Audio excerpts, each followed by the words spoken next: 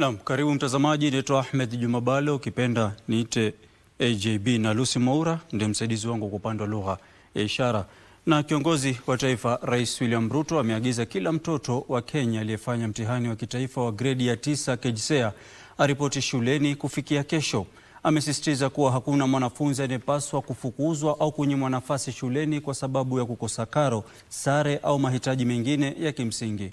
Ingawa wanafunzi wengi hawajaripoti shuleni kuanza masomo ya gredi ya 10 hata baada ya muda uliowekwa na Wizara ya Elimu kukamilika, serikali inaamini kuwa itafanikisha mpito wa wanafunzi kwa 100% kwa kundi la kwanza la wanafunzi wa gredi ya 10.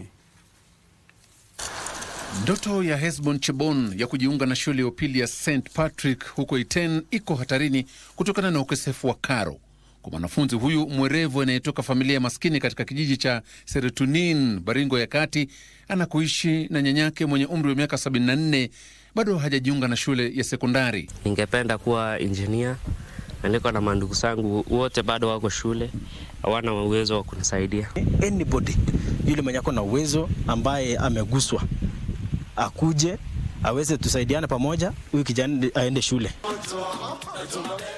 Hata hivyo, baada ya Rais William Ruto kuagiza shule zihakikishe mpito wa wanafunzi kwa 100%, there is sufficient money for teachers for our children to be taught in the first term. So every child, wawe na school fees, wasiwe na school fees, wawe na uniform, wasiwe na uniform, waende shuleni tomorrow morning. Wizara ya Elimu imewaelekeza wakuu wa shule za upili kuwapokea mara moja wanafunzi wote wa gredi ya 10. No learner shall be required to pay admission fees for admission to public senior schools. In the same vein, and in line with Section 34, subsection 5 of the Basic Education Act 2013, no child and learner shall be denied admission to a public school. Wakati huo serikali imeanza kusambaza vitabu milioni 11.8 vya gredi ya 10 kwa gharama ya shilingi bilioni 5.6 kabla ya masomo kuanza wiki ijayo. There has been questions as to whether learning can really take place without these books, and we had assured the country that as of this Friday we were going to have at least 40% of the books already distributed to our schools.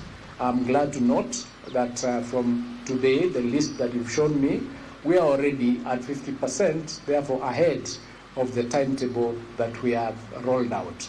Kwingineko, katibu wa elimu ya msingi Julius Bitok aliyekuwa katika shule ya upili ya Mayonje, eneo bunge la Malava, kaunti ya Kakamega, aliwaonya wazazi na walezi ambao bado hawajawasilisha watoto wao kwa shule za upili kufanya hivyo mara moja, la sivyo wakabiliwe na hatua za kisheria. Hatutakubali wanafunzi wote ambao wamaliza grade 9 wakae nyumbani.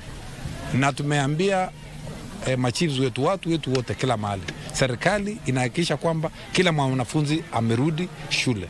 Na kama kuna mwanafunzi yote hajarudi shule, ataona chemcha makuni.